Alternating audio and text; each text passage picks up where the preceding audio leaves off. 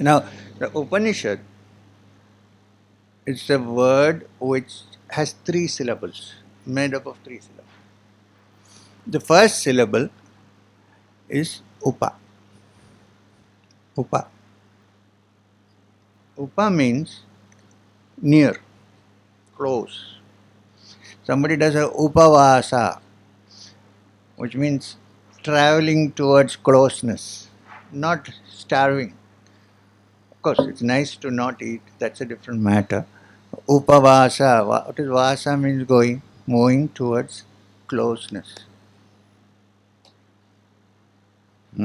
Not an excuse for eating 10 idlis at a time, but the real meaning of upavasa is moving towards closeness with what? With the divine.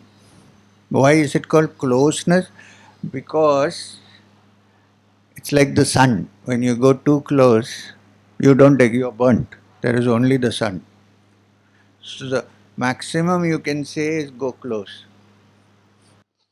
Ramakrishna Paramahamsa used to say story about the salt doll who went to measure the depth of the ocean. Salt doll.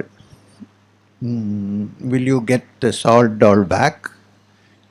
When you have measured the depth, it's gone. The figure might remain in a way in your mind. You cannot say it will be completely gone till the body is disposed of, but it's there. So anyway, so upa means close. Now there are two reasons why they use that word. One is in those days, as I said, the rishi and the student, Shishya, sat close to each other. There was no COVID at that time. This is the curse of this century. So they sat close to each other and spoke. Second, it's also because it's an intimate knowledge imparted to a select few who are ready for it. Others might theoretically study it, but they're not ready. So therefore it was also called the Rahasya. It was a secret. There were no mics, no loud broadcasting. I don't think the rishis were people who shout very soft. And so they imparted, and you only needed a few words to know what's going on. And above all things, those days the language was Sanskrit, so everybody understood each other. Today we need to translate. So this is Upa. It also means go close to the reality, to the supreme reality. Why I say go close is I don't think you can become the supreme reality. There's a wrong interpretation. I can merge, you can. If the supreme infinite is a conglomeration of merging jivas, then it is not supreme. How? Then it is a collection of finites. If it is infinite, it cannot be.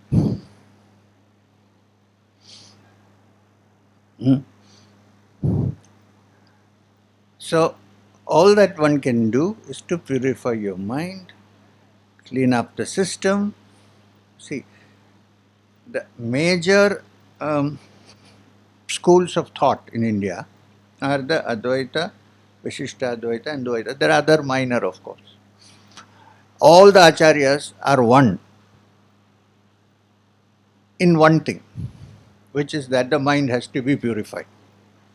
Forget about which school. All the acharyas are of the understanding that the mind in its present state, usual state, is not clear or tranquil or pure enough to understand the Supreme. So therefore, the process of cleaning has to take place. Everybody agrees on this. Modes may differ, modus operandi may differ, what you reach after that purification, those ideas may differ, but that you have to purify your mind, control your mind, make it, everybody agrees. Nobody disagrees on this. So let's forget about that. Let's think of what we can do. So therefore, Upa means to move closer to the truth, understanding all these facts that we discussed, to move closer to the truth, to the goal. A devotee may say, move closer to Bhagavan. Vedantin may say, move close. When I say Vedantin, I'm talking about a particular kind of it. Say, move closer to the understanding of the self. But it's moving closer. Moving closer, I think the best thing would be moving closer to understanding. If I don't understand myself, I cannot improve myself. If I don't improve myself, I cannot purify. If I cannot purify, I cannot move forward.